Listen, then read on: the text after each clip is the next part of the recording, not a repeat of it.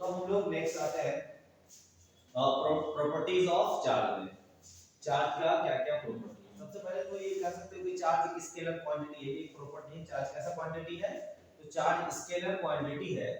ठीक है, तो जो पहला प्रॉपर्टी हम लोग देखने आ रहे हैं, ठीक है, quantization of charge.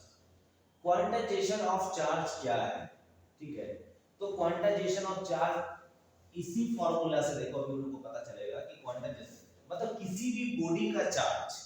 Quantization of charge का मतलब है कि किसी भी बॉडी का जो चार्ज होता है वो integral multiple of electronic charge.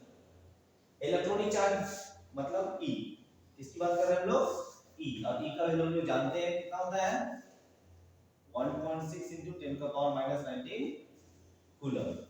ठीक है, तो किसी भी बॉडी का जो चार्ज होता है वो integral multiple of electronic charge मतलब Q plus minus N. Plus minus N का मतलब क्या, अभी अभी देखो यही हम लोग पढ़ रहे थे। अगर किसी बॉडी में प्रोटॉन ज्यादा है इलेक्ट्रॉन से तो बॉडी पॉजिटिवली चार्ज। तो प्रोटॉन ज्यादा है, ये जो डिफरेंस आ रहा है प्रोटॉन और इलेक्ट्रॉन का, इसी को तो हम लोग स्मॉल एन वहां पे समझ रहे हैं। ये जो वैल्यू आएगा चार्ज हमेशा इंटीजर में आएगा। हम लोग कभी ये नहीं समझेंगे कि इलेक्ट्रॉन 1.5 इलेक्ट्रॉन 1.2 इलेक्ट्रॉन, ऐसा नहीं होता है। ठीक है, एक इलेक्ट्रॉन होता है, दो होता है, तीन होता है, चार होता है। ठीक है, प्रोटॉन 1 2 3 इस तरह का होता है। ठीक है, तो अगर प्रोटॉन ज्यादा होगा तो 20 ज्यादा होगा या 30 ज्यादा होगा, ठीक है, या 50 ज्यादा होगा, कोई भी नंबर हो सकता है। इलेक्ट्रॉन ज्यादा होगा तो इसी तरीके से कोई भी नंबर हो सकता है। अगर ज्यादा प्रोटॉन हो तो हम लोग कहेंगे कि किसी भी बॉडी का जो चार्ज है वो integral multiple of electronic charge. ठीक है, और अगर इलेक्ट्रॉन ज्यादा है तो Q -Ne करेंगे, और प्रोटॉन ज्यादा है तो Q प्लस Ne करेंगे। जहां पर n मेरा हमेशा क्या है, n must be N integer. n क्या होगा, इंटीजर होगा। इसको हम लोग मैथमेटिक्स की भाषा में इस तरीके से लिख सकते हैं, n बिलोंग्स टू इंटीजर। इसको इस सिंबल को क्या पढ़ेंगे, बिलोंग्स टू, है ना, इसको क्या पढ़ेंगे, बिलोंग्स टू। तो n हमेशा क्या होता है, इंटीजर होता है। तो किसी भी बॉडी का charge integral multiple of electronic charge होता है। ये जो n है ना, एक्चुअली में ये n एक्सेस चार्ज, इस बात पे ध्यान, n क्या है, n एक्सेस चार्ज है। मतलब एक्सेस चार्ज करने का मतलब सपोज करो कि 30 इलेक्ट्रॉन है और 50 प्रोटॉन है। तो देखो ये 30 इलेक्ट्रॉन 30 प्रोटॉन को क्या करता है, न्यूट्रल। कितना प्रोटॉन ज्यादा है, 20। तो ये जो 20 प्रोटॉन ज्यादा है तो ये 20 प्रोटॉन एक्सेस है ना इस बॉडी में।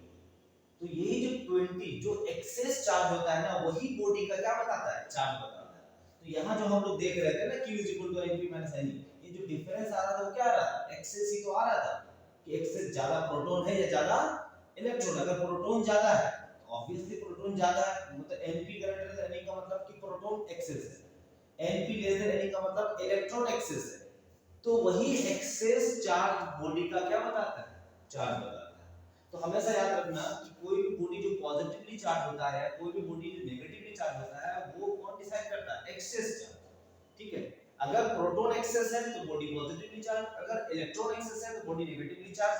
और उसको हम लोग कैसे कैलकुलेट करेंगे, तो Q किसी भी बॉडी का चार्ज निकालेंगे तो कोई भी बॉडी का जो चार्ज होता है वो इंटीग्रल मल्टीपल मतलब एक्सेस चार्ज जितना भी है उसका मल्टीपल ऑफ इलेक्ट्रॉनिक चार्ज। अगर प्लस है ज्यादा तो प्लस ए नहीं करना, और माइनस ज्यादा है तो माइनस ए नहीं करना। ठीक है, समझ गए। तो किसी भी बॉडी का चार्ज हम लोग Q प्लस माइनस Ne, कहने का मतलब एक्सेस चार्ज प्रोटॉन है तो body positively charge, excess charge अगर इलेक्ट्रॉन है तो बॉडी नेगेटिवली चार्ज।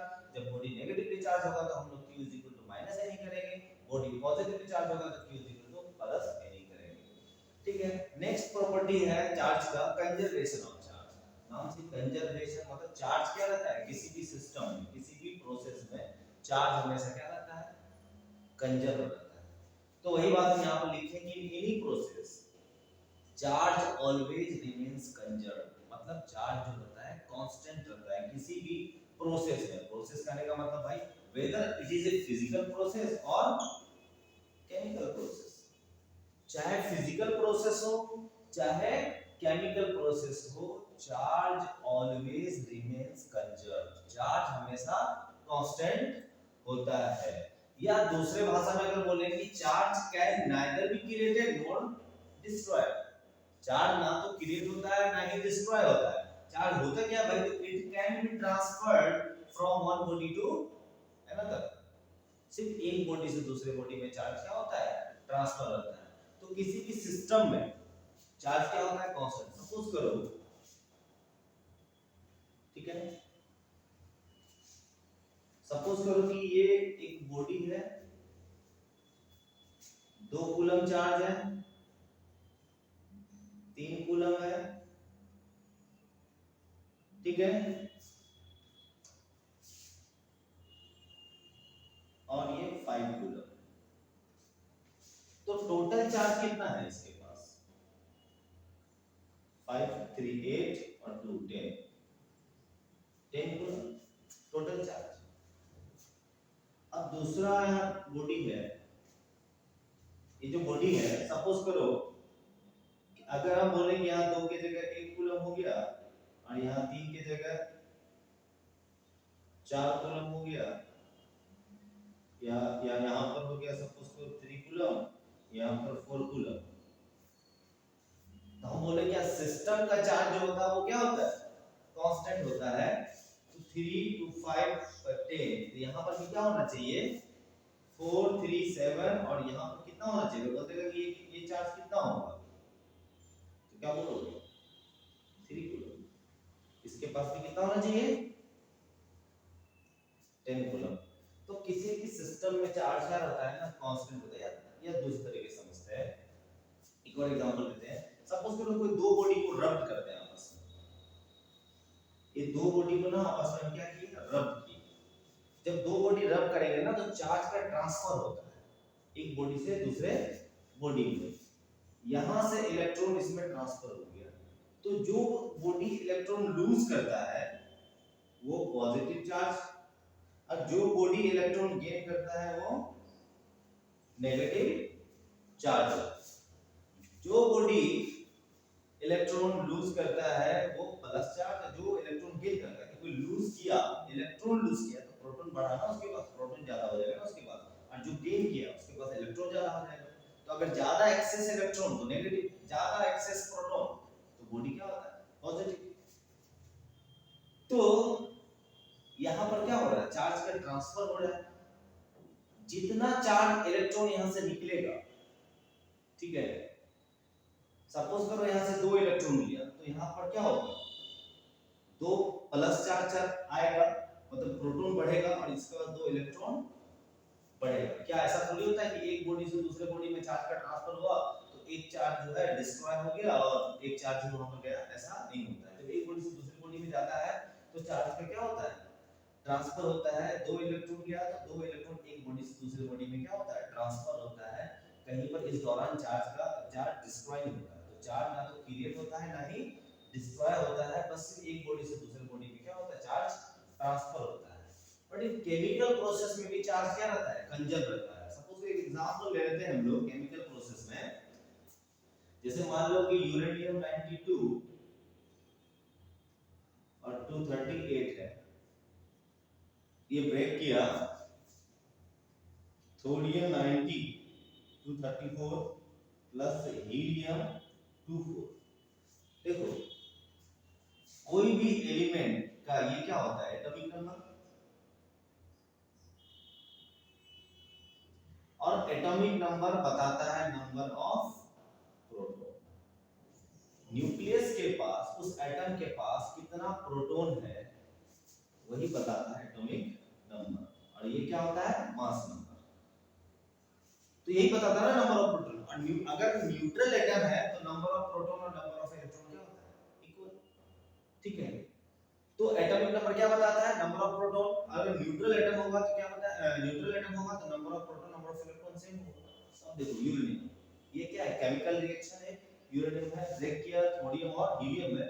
तो यूरेनियम का देखो एटॉमिक नंबर कितना है, 92।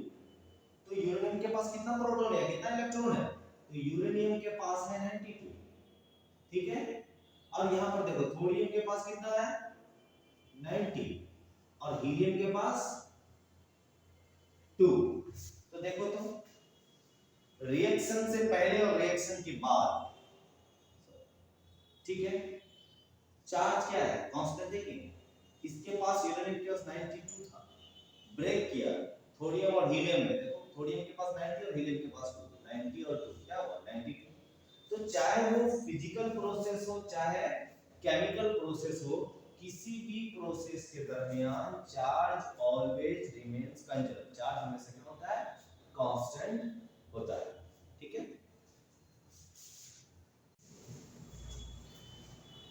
नेक्स्ट प्रॉपर्टी थर्ड प्रॉपर्टी जो होता है एडिटिविटी ऑफ चार्जेस। तो एडिटिविटी ऑफ चार्जेस करने का मतलब charges can be added algebraically, ठीक है ना। जैसे कोई सिस्टम है, इसमें चार्ज है 2 coulomb, 3 coulomb, 5 coulomb, -4 coulomb and 1 coulomb. तो जो टोटल चार्ज होगा उसको हम लोग क्या करेंगे, अलजेब्रिकली ऐड करेंगे। अलजेब्रिकली करने का मतलब प्लस है तो प्लस करेंगे, माइनस है तो माइनस करेंगे। 2 + 3 + 5 - 4 एंड +1। तो इस पूरे बॉडी का जो टोटल चार्ज होगा, वो नेट चार्ज जो होगा वो कितना होगा, 7 कूलम होगा। तो चार्ज किस नेचर का होता है, एडिटिव नेचर का होता है। उसको हम लोग क्या कर सकते हैं, अलजेब्रिकली ऐड कर सकते हैं, क्लियर है। And the next property number 4, charge is always associated with mass. अगर कोई बॉडी, किसी बॉडी का चार्ज है, अगर कोई बॉडी चार्ज है तो ऑब्वियसली क्या होगा, मास होगा, ठीक है। अगर बॉडी चार्ज है तो मास होगा, but reverse is not true. कहने का मतलब है कि अगर मास है तो कोई जरूरी नहीं है कि बॉडी चार्ज होगा, बॉडी न्यूट्रल भी तो हो सकता है। तो मास है तो कोई जरूरी नहीं है कि चार्ज होगा, बट अगर चार्ज है तो जरूरी है कि मास होगा। तो charge is always associated with mass. Next property जो है charge is invariant. Charge invariant करने का मतलब कि किसी भी बॉडी का जो चार्ज होता है ना, वो स्पीड से क्या होता है, इंडिपेंडेंट होता है, स्पीड पर डिपेंड नहीं करता है, या फ्रेम ऑफ रेफरेंस पे डिपेंड नहीं करता है। चार्ज जो होता है फ्रेम ऑफ रेफरेंस पे डिपेंड नहीं करता है। कह सकते हैं हम लोग कि चार्ज जो है किसी स्पीड पे डिपेंड नहीं करता है। कहने का मतलब चार्ज एट रेस्ट, या कह सकते हो चार्ज इन मोशन। मतलब चार्ज रेस्ट में है या चार्ज मोशन में है, चार्ज जो है स्पीड के साथ बदलता नहीं है। मास स्पीड के साथ बदलता है, बट चार्ज स्पीड के साथ नहीं बदलता है।